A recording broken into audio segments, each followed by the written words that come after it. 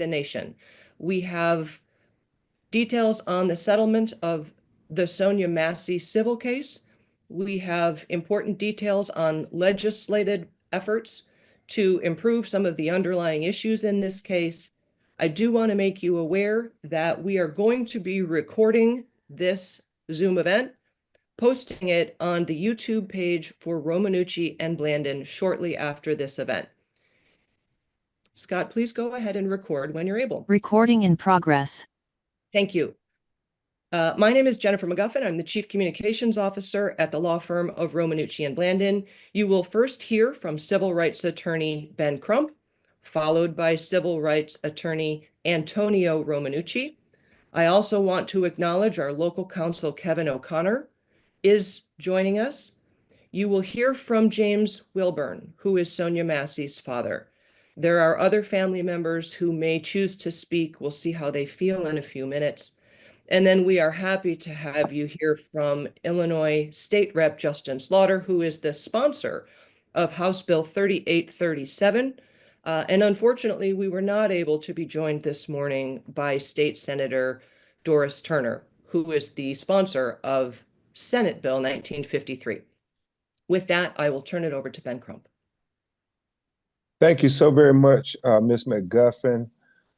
Good morning, all. Again, I'm Attorney Ben Crump, along with Attorney Tony Romanucci, Attorney Natalie Jackson, Attorney Kevin O'Connell, Attorney Deanna Brown, and our legal team. We have the honor and privilege of representing the family and loved ones of Sonya Massey.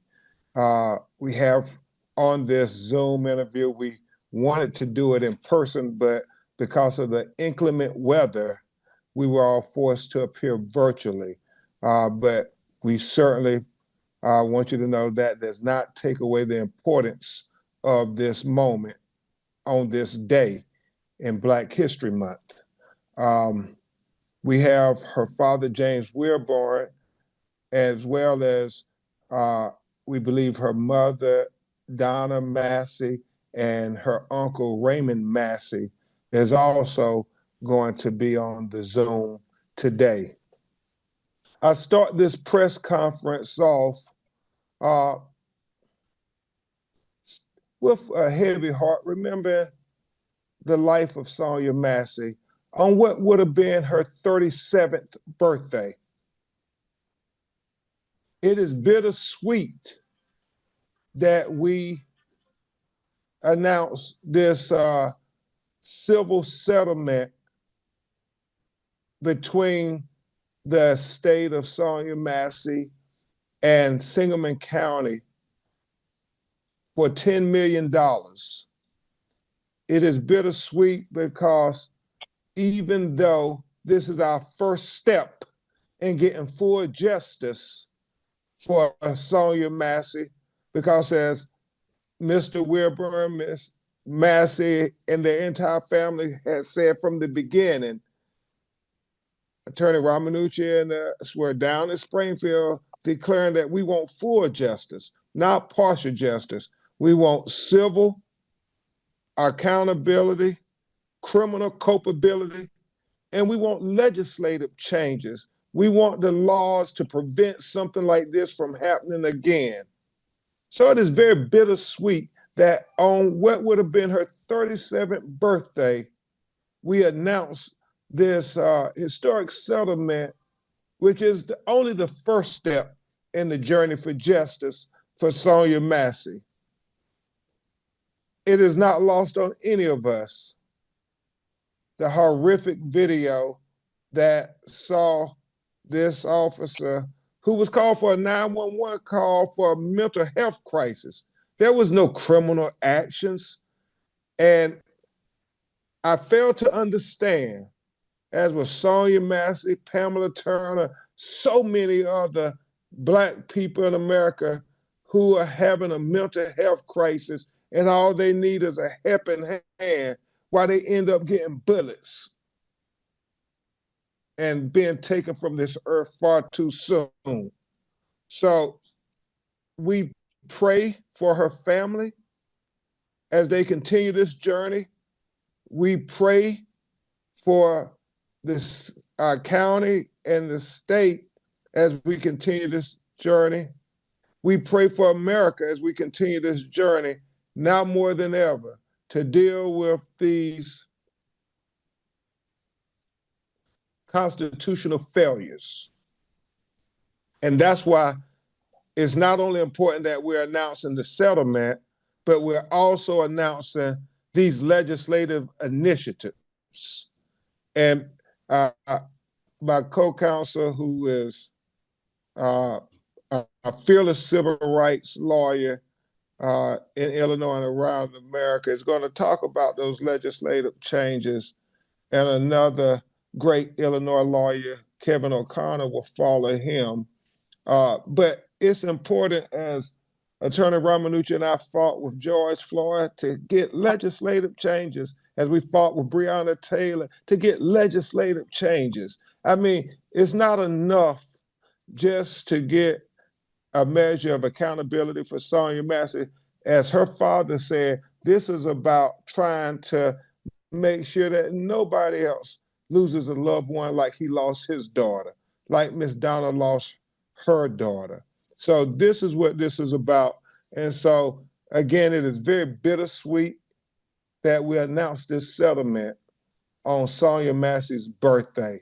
And we're thankful to all of the community leaders and activists and supporters, especially Teresa Haley, for being there every step of the way with the family. And so many countless others who I cannot dare name, but people all over across America who saw that video when she said, "I rebuke you in the name of Jesus," before this deputy shot her in her face, killing her. And we vow that until we get justice, we rebuke this racist criminal justice system. And with that, we continue to fight to make the system, the American Constitution, equitable to all American citizens, especially during Black History Month. We highlight it.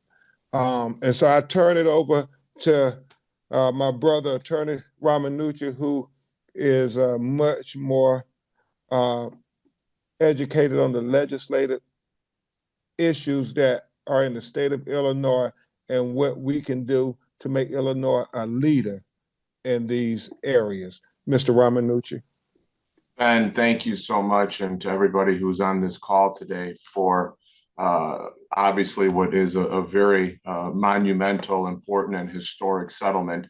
And I am going to have a little bit of a discussion, not only about the bills that we're introducing, but also about the settlement. As Ben said, we announced the approval of this settlement today. The family would give anything to have Sonya with them today, celebrating her birthday. And now all they can hope for is accountability and change.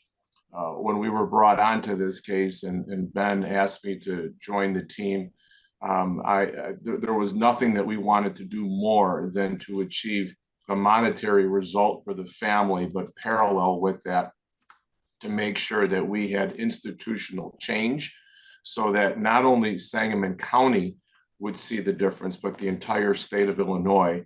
And as Ben and I have been doing across the country, we go from state to state to ensure that there are changes made so these senseless, needless shootings do not happen. So we need change as to how law enforcement officers are screened, how they're hired, and how much information must be shared between departments so that these wandering, untrained, undisciplined, and unprofessional officers do not move from town to town and have any concerns about their conduct when they get hired by a department, which is what we're saying happened exactly in Sangamon County. Sean Grayson never should have been hired had he not been hired because of his background, which was a red flag. This shooting never would have happened. What did happen is that when Sonya called 911, she didn't know it, but that was her death sentence.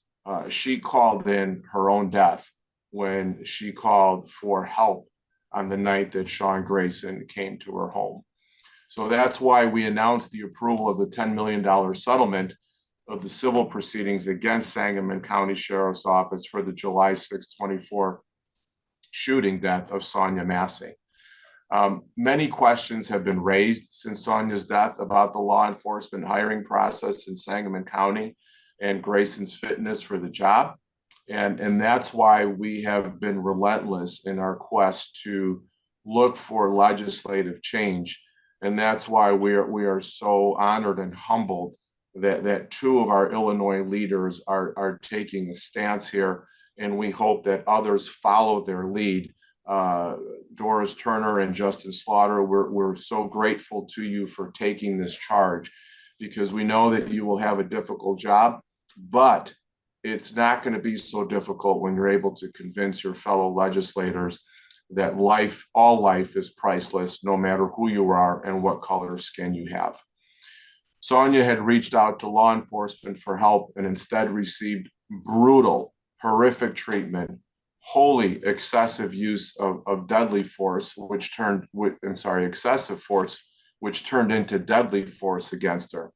And you have to understand, at all times, she was unarmed. That pot of water that was on the stove was never, ever a threat to Sean Grayson or anyone else in that room. Instead, Sean Grayson was a ticking time bomb, and no one should be surprised that this unfit officer eventually cost someone their life. So our settlement comes as two Illinois bills are introduced to improve police hiring processes. And one of those sponsors is here today, and that's Illinois State Representative Justin Slaughter, as I previously stated. State Senator Doris Turner could not be with us today, but we're grateful for their dedication to this. So both bills call for more robust background checks and the greater sharing of work history and personal history for applicants to law enforcement roles. Right now, there are certain things that are not shared between departments when officers go from department to department, and we want to put a stop to that. We want all information being shared, whether it's administrative complaints, citizen complaints, certain types of misdemeanor offenses, and certainly felony offenses. All of that should be reported. It's absolutely absurd that a hairstylist would not be able to get a license to cut hair with the same background that Sean Grayson was able to get his certificate to police in Sangamon County. So this is all squarely in the public's best interest that those who are sworn to protect and serve our communities be held to a absolute reasonable police officer standard, because they are the ones who are actually holding a weapon and having a badge on their chest and shoulder saying that they have the right to take life if it's justified. In this case, we know it was never justified. So the Sangamon County Board approved the settlement last night. This settlement was achieved last week through the help of ADR and its mediator, retired Judge Kay Hanlon. We are grateful to all the people who participated in the process, and especially the family. I do want to make clear something that, $10 million certainly is a lot of money. And it is something that will never be able to compensate the family for the taking of the life of Sonya Massey. I have heard that some say that this amount is too low. Well, I'm going to push back really hard on that, because I did some back of the envelope math here. And Sangamon County's annual budget is a little bit over $60 million. The sheriff's budget out of that $60 million is $20 million. That's easy math. 50% of the sheriff's budget is dedicated to a Sonya Massey settlement. And when you consider what the city of Chicago's budget is, $17 billion, and they allocate about $85 million for these types of incidents, that is 200 times less than what this settlement is. In other words, if you take this $10 million and multiply it by 200, that's the same ratio that we were able to achieve in Sangamon County as it were to be if it was in the city of Chicago. So this settlement is magnanimous, and it's very relevant, and it's very significant because, as Ben knows, we're not in Minneapolis, we're not in Memphis, we're not in Louisville, we're in Sangamon County. So we are very deeply proud of having had the honor to represent the Massey family. We are honored to continue to serve them in ensuring that the Massey name lives forever in Illinois when people think of change when it comes to better policing. And also as an administrator for the estate of the Massey family, this settlement is clearly in the best interest of those who are the direct heirs, and those are the children who will remain nameless for purposes of today. And so this will bring them a measure of hopefully lifetime justice and never having to forget their mother died in vain. So with that, I'd like now to introduce Mr. Wilburn, James Wilburn, who is the father of Sonya Massey. Before we have Mr. Wilburn, Attorney Ramanucci, Attorney Kevin O'Connor, Thank you, Ben. is a great lawyer in the Illinois bar. If you would share your perspectives before we bring in the family, sir. Yes, thank you. Proud to be a part of this team. You know, as Mr. Romanucci explained, we can't forget that at the time of her death, she left 2 minor children who forever will lose their mother. And so this is a significant settlement. It is a significant number for Sangamon County, but it's significant that these children can't be forgotten and what they've lost. The second part is we have a mental health crisis. The legislation you're doing is incredible, related to making sure we hire the appropriate people, but it reflects also things that we can't change necessarily immediately, but long term. The mental health crisis in our country, where these issues are being ignored, so people call the police for help, and yet they're not getting help, they're getting killed. And we really need to change our mental health practices within this country, because oftentimes it's the lack of understanding of mental health and that training that's causing these officers to act inappropriately, not only on a racist level, but on the mental health level. And when you combine the two, it's tragic, and this is what ends up happening. The third is, this is a case where it was caught on video. Thank God it was caught on video. How many other cases across the country that I know Mr. Crump, Mr. Romanucci, and I have represented, to where there is no video? People don't turn on the video. And yet the word of the African-American community is dishonored or not believed because it's not caught on video, and these police officers are able to cover it up. We need to remind the public that these words and these outcries of people and the way they're treated are going on a daily basis when it's not caught on video, and they need to have that faith and belief in people, because people are people and have that trust. And the last thing I will say is the respect aspect. I'm a big promoter of respect, and I talk about nationally creating some kind of respect badge that goes both ways, the community and the officers. I can tell you this is one of the few cases where the ultimate respect by Miss Massey was being provided to the police department, and she was ultimately getting no respect in return. And she was treated with that disrespect, to where these officers have to learn to treat the community, and especially the African-American community, with respect that is not being given. And we need to help change that motive and that mindset that is stuck among the police department.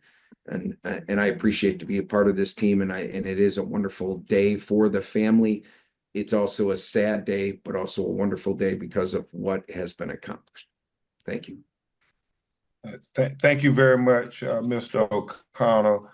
And Attorney Ramanucci, before you introduce the great statesman in the State House who's leading that effort, I do want to acknowledge Attorney Natalie Jackson and Attorney Thurgood Wynn, even though they won't be speaking, just like Attorney Ramanucci, Attorney O'Connell. They were very valuable members of the legal team who worked tirelessly on behalf of justice for Sonya Massey. It's always a team effort, and it was a great team victory. And with that, Mr. Ramanucci, if you could introduce this great leader. Thank you very much, Ben. So at this time, I would like to introduce State Representative Justin Slaughter. He has signed on to one of the bills that will institute change in Illinois, and we look forward to working with you, Representative Slaughter. Thank you so much. Good morning, everyone. I hope that you can hear me. I'm Illinois State Representative Justin Slaughter. Over the last 10 years, I've had the distinct honor of being the chairman of the House Criminal Committee, or been at the forefront, I should say, of law enforcement police reform here in Illinois. First and foremost, I just want to say our prayers and thoughts are with the Massey family. Through this tragedy, the world lost a beautiful soul, beautiful person that no amount of money can bring back. I want to lift up the efforts of attorneys Ben Crump and Tony Romanucci to seek and to get justice for Sonya and the Massey family. I also want to lift up the efforts of the community, especially Sangamon County, to ensure that Sonya's death and the work of the Massey Commission is not vain. I want to remind many of you, not all of you, that we've done a lot here in Illinois already. Many of you recall in 2021, we passed the Safety Act. This had several reforms as it relates to best practice training for officers, statewide body cameras, reforms regarding the use of force, and also really establishing for the first time a more robust certification and decertification process that we've worked with in collaboration with the Attorney General's office, as well as the Illinois Law Enforcement Training and Standards Board. But we're all aware of what we call the policy two-step. Get these bills across the finish line and get them into law. But what we know is that these are just words on a piece of paper, right? The second step is implementation. How do we bring these words to life, and how do we implement these interventions? And so what we've done is we've introduced House Bill 3837. And let me say that this tragedy should have never happened. We've seen this, and Attorney Crump can speak to this as he does, not just here in Illinois, but across the country. We must do something about this. We have introduced House Bill, and this bill seeks to make substantial changes to how law enforcement applicants are reviewed before they are hired. The aim is to ensure those who are hired meet reasonable standards and qualifications, and that any concerns about their professional conduct at prior law enforcement departments or in their personal lives are brought to the surface. When we did a review back in 2021 of this process, we knew that we were kind of at the bottom here. I think we ranked 49th in terms of our certification and decertification. And yes, the Safety Act provided a framework for a more robust system. What we're doing with House Bill 3837 is now providing some more teeth as we look to implement the objectives of the Safety Act as it relates to a more robust hiring process. We don't want to do this in a vacuum. This is a collaborative effort that the Attorney General's office will be at the forefront of, but also the law enforcement stakeholders and the law enforcement community and the law enforcement coalition. So we want to have your Chiefs Association, your Sheriff's Association, your State's Attorneys Association, the Illinois State Police, all of the law enforcement stakeholders. We put a piece of legislation. I'm looking forward to this. We do this in the honor of Sonya Massey so other life will be senselessly harmed or killed. And ultimately, we can build trust with law enforcement between all the citizens of Illinois and law enforcement. This is about building trust so that we can enhance and improve public safety. Again, our prayers and thoughts are with the Massey family. And now we lift up the efforts of this initiative going forward in her honor. Yeah, we appreciate the efforts of the attorneys, and we look forward to moving forward. Thank you. Thank you so much. Thank you. Oh, Ben, I'm sorry. Go ahead. No, I was going to say the same thing you were, Attorney Romanucci. Thank you, Representative Slaughter, for your leadership on this issue and remembering the least of these. As my grandmother would say, you have been given this influence to be able to give people a voice, and thank you for giving Sonya Massey and the Sonya Masseys of the world a voice through your leadership. Attorney Romanucci, Attorney O'Connor, all of you in Illinois, you all have truly been leaders on this. And I pray that your efforts with getting the Sonya Massey law passed will provide greater leadership for America, especially in times as these. Attorney Romanucci, I don't know if you all want to say anything before I introduce the family on this. Now, the only thing I wanted to add, Representative Slaughter mentioned it, you know, the Safety Act was a very important piece of legislation that was passed and signed into law a couple of years ago. And we're seeing some of the effects of it taking place, especially with the no bail. And I think it's critically important that we keep building on it. What we're doing with Sonya Massey is not a replacement for safety. It's not anything that we want change for safety. It's a build on issue. And this is something that we see where there was a crack. And so we're there to fill in the crack, and that's why it's added on. And we want to make that very clear that we are very, very happy with the Safety Act and how it's performing in Illinois. Nothing is ever perfect, but this is about as close as you can get. So thank you. Yeah.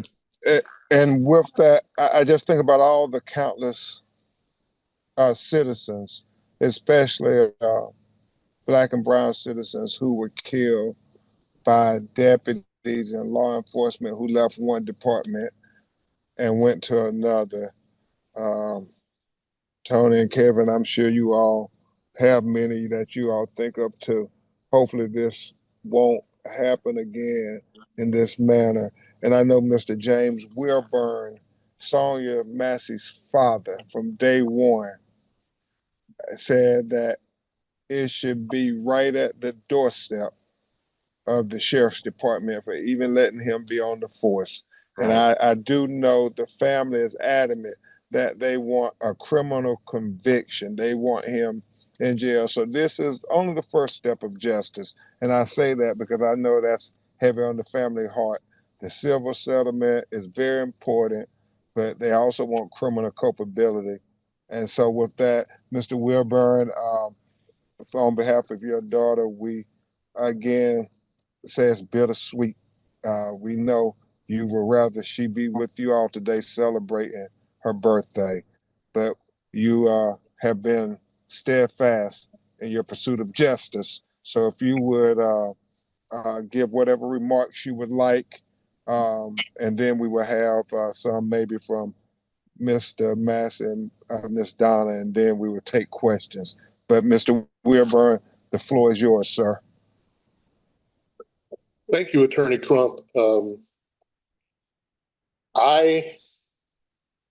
My heart is heavy today. This is my daughter's birthday. She would have been 37 years old today. And I have to give the state of Illinois its props.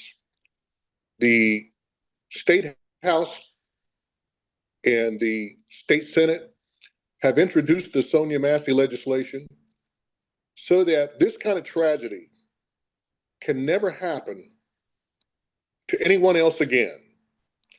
And I called at my daughter's celebration of life that there should be some changes in how things are prosecuted when they take place like this in the state.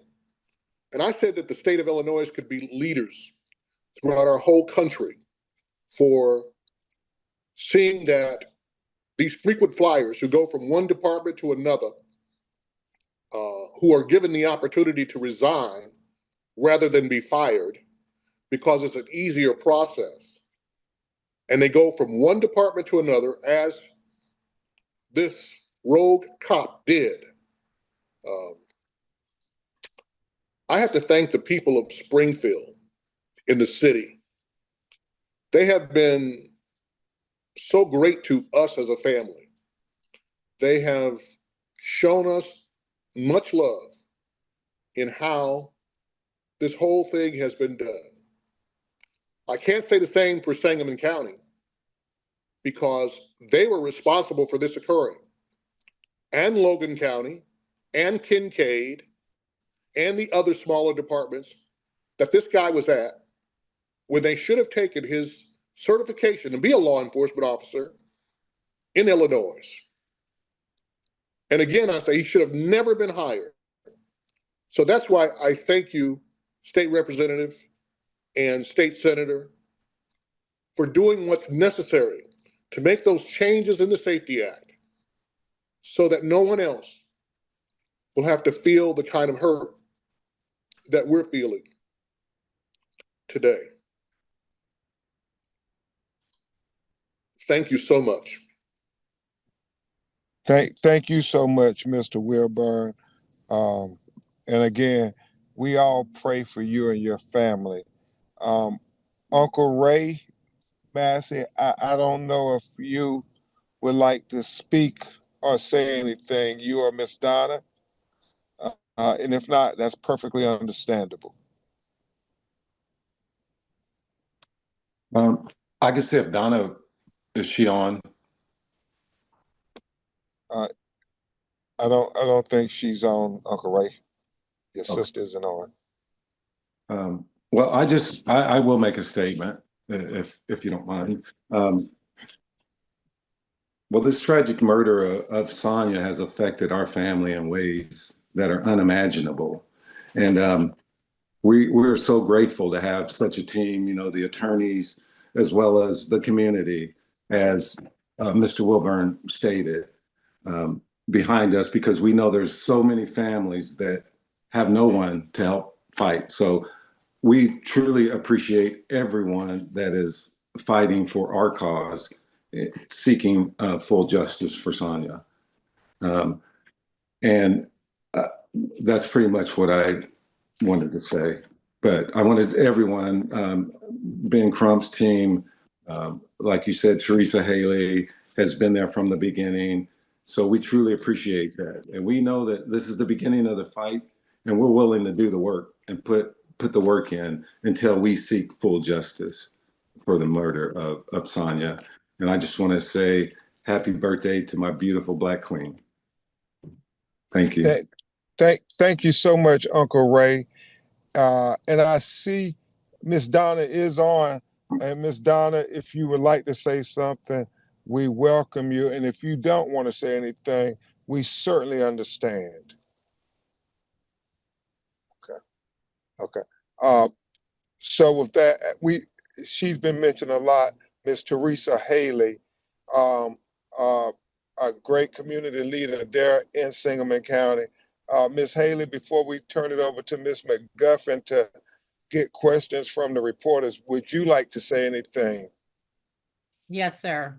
I'd like to say thank you for allowing me to be a part of this team, but this is my hometown, and I will continue to fight as long as I have breath in me to make a difference, not only for the Massey family, but for all of us. We will be at the state capitol lobbying for change in whatever the Wilburn, the Massey family needs from us. We're here. And I want to say thank you, Mr. Crump, for always making yourself available to Sangamon County when I call you. So thank you all.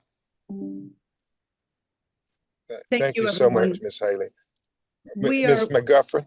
Indeed, we are now going to move into the question and answer portion. If you do have a question and you're a member of the press, if you would please put it in the chat. And when we see that, we will call on you so you can speak your question and be available for a follow-up if necessary. We'll give everybody a moment to do that. And while we do, I just wanted to note that you may have noticed we had a bit of a challenge with Representative Slaughter's video connection. His audio came through nicely.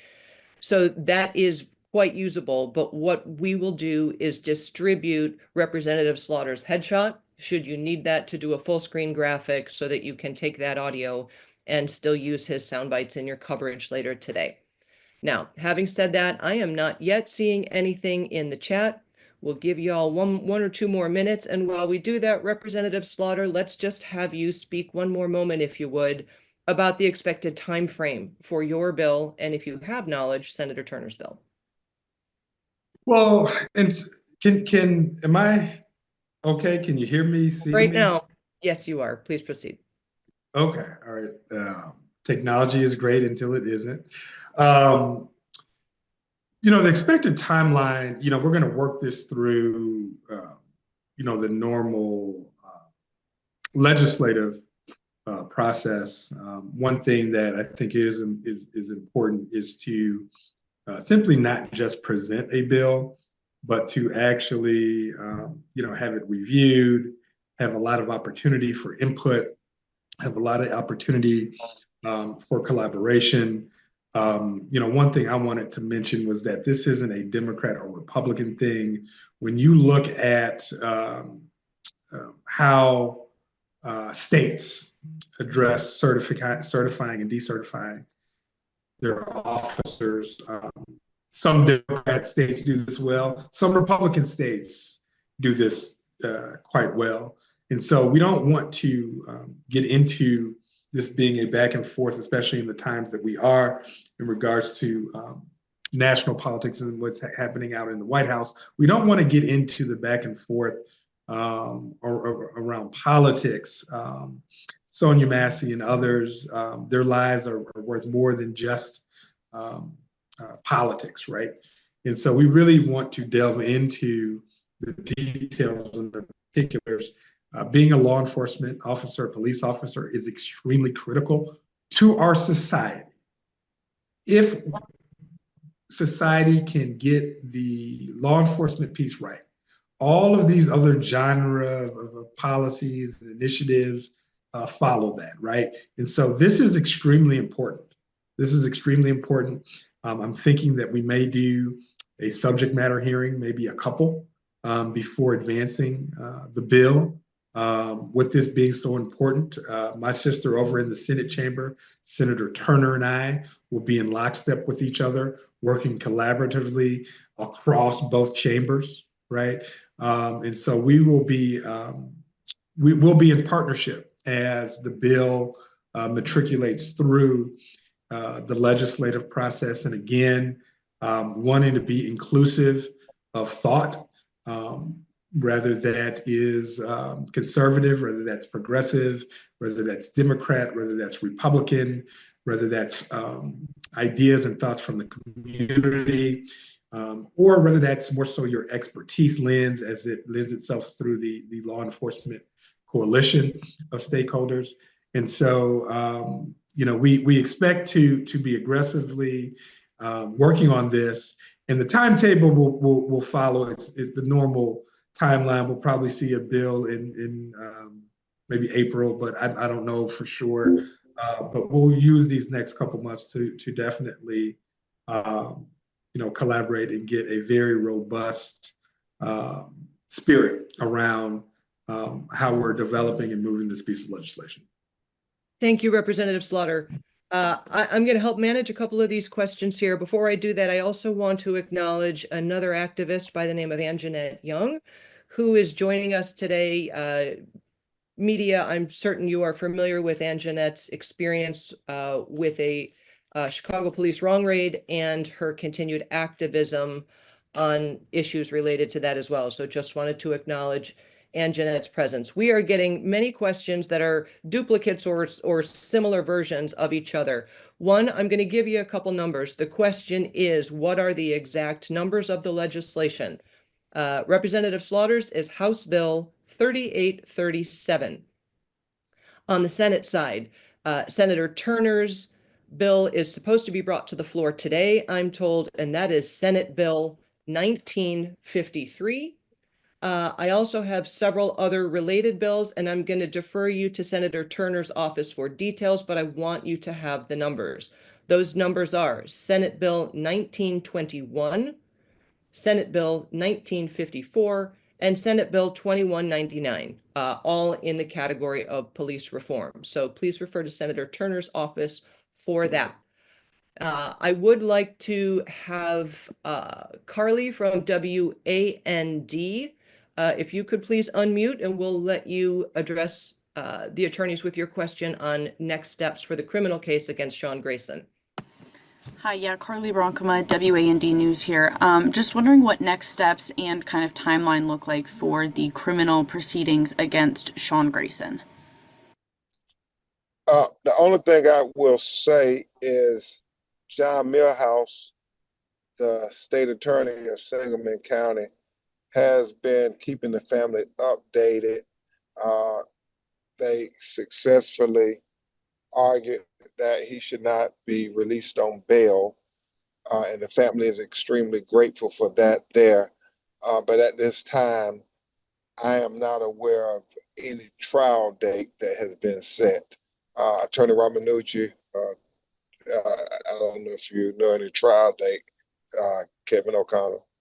No, we are not aware of any trial date, and obviously when the trial does happen, we will be there and support in ensuring that all avenues of justice are accounted for here, right? We've got the civil, the legislative, the administrative has been complete, and we want to make sure that the fourth prong is also complete, and that's the criminal.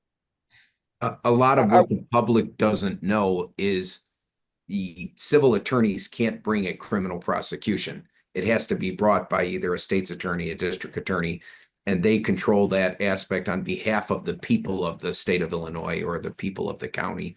They bring that action. The family is always informed or kept abreast of it, but that is driven by the organization that is designed to carry the criminal case. So, yeah, the only thing I would add is the community is vigilant along with the family.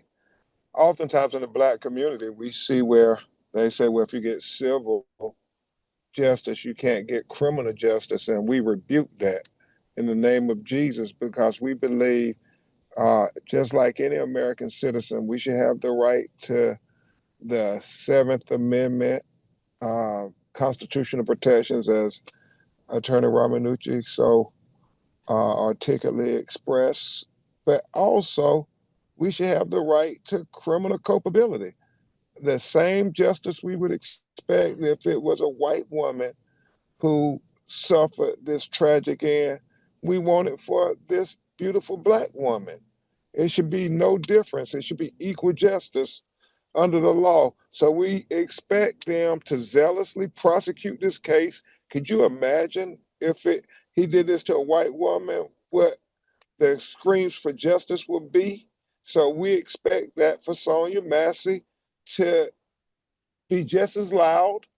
And we also expect when Representative Slaughter's and Senator Turner's bill make it out the House and the Senate, that Governor Pritzker will sign it as an important step towards justice, because Sonya, Massey, life matters. And we have to keep saying that and screaming it from the mountaintop. Thank you, Ben. Next, I'd like to have Mawa Iqbal from WBEZ ask a question. She's got something related to the Safety Act and the Congressional Black Caucus and Sean Grayson. Hi, yeah. So my question would be, just, Sean Grayson, of course, may be released pre-trial, right? That this is still going through the Illinois Supreme Court now. But I was wondering, if the Legislative Black Caucus in Springfield is considering changes to the Safety Act to ensure that, officers or anyone involved in law enforcement who's in a situation like this would not have a recourse to be released pre-trial? And I'll take it that's for me. Yeah. No, great question. And I think it's important to note that the Safety Act allows for pretrial detention for those posing as a threat to or danger to the community. No legislation is perfect. So I guess what I want to say is that we're always reviewing the Safety Act. Me, myself, I think I've done sponsored 3 or 4 trailer bills since 2021 that have looked at addressing various provisions within the Safety Act.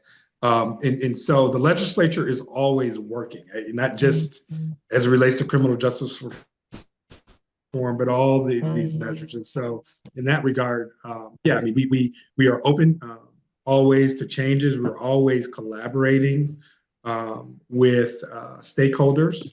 And so we will continue to look at all aspects of the Safety Act, our criminal justice system, and so we'll continue to do that as we work through this. Right now, obviously, HB 3837 is the focus, but it's an evolving, developing issue when you're at the forefront of these issues.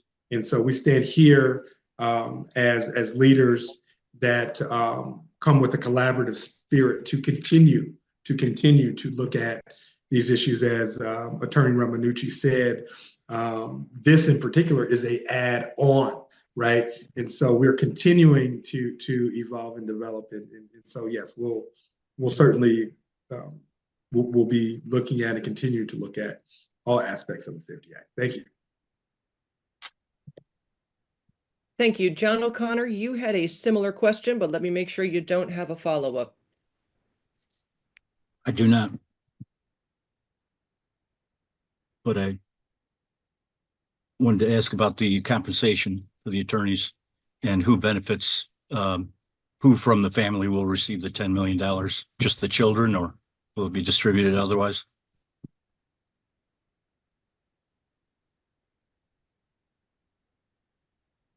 Tony, do you and Kevin want to talk on Illinois law? I'm sorry. I was on mute. I'm sorry. Okay. I was talking and I was on mute, Ben. Yes, sir. John, this has to be approved by a judge, possibly by at least 1 or 2 judges. So we don't know what the distribution will look like. But in Illinois, it's clear that the heirs are the direct lineal heirs, and that would be the minor children. So barring any surprises, the benefit will be for the minor children. And the judge has to approve the compensation for the attorneys? Absolutely. Yes, and the lion's share will go to the family as always. Thank you. Janelle Griffith, NBC News. Hi, thank you. I just had a question about the settlement. Mr. Romanucci said that this settlement amount is historic and monumental. I was just wondering whether this is the largest that the county has ever reached with, an estate or the loved ones of a person who had been killed by a member of law enforcement. Thank you for the question, Janelle. It's our understanding that this by far is the largest settlement reached in Sangamon County of any kind, let alone a civil rights case such as this one. So that's why we had to make a decision in the best interest of the children whether or not to proceed any further, and whether or not a trial would get the same amount. This is historic. It's a very large, significant settlement, and as I stated, when you're talking about numbers, numbers are all relative to what a certain county or city or state can pay, and we think that with the mediator's help last week that we were able to extract an outstanding result for the family. Thank you.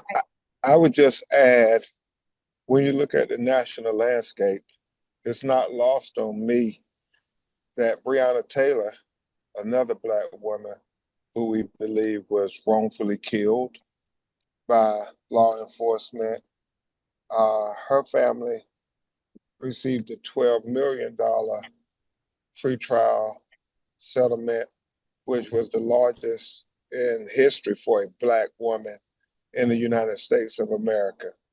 So we acknowledge the historic nature, as Attorney Ramanucci said, that's larger than Sangamon County, but one of the largest in the United States of America. And we fight every day to continue to try to raise the value of Black life in America. You know, it is truly for me and these fine lawyers, it's about equal justice, whether it's Black, white, or brown.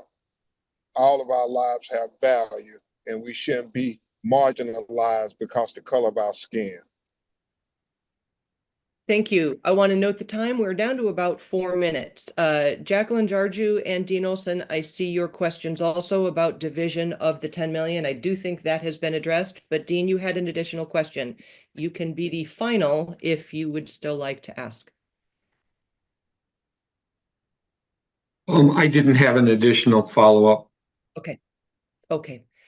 Thank you then. In the interest of time, and again, thank you to the family. This type of event is always difficult and requires them to really dig deep. I think that we will call this press conference concluded. If you have any questions, you can certainly reach out to me at press@rblaw.net. And we will get any follow-up questions addressed. We will circulate that headshot of Representative Slaughter, and we thank you so much for taking the time to learn more about the developments today. Thank you all. Thank you. Recording stopped. Thank you all. Thank you. Thank you, Mr. Wilborn. Thanks, Ben. Thank you, Uncle Yeah, Ray. Kevin, thank you. Mr. Tom, Wilburn, Kevin, and and everybody. Representative Slaughter. Thank you so Representative much. Slaughter, thank you. Jennifer. Thank you all. Thank you. Good day. Thank you for watching. Make sure you subscribe to our YouTube channel and watch more videos from News Channel 20.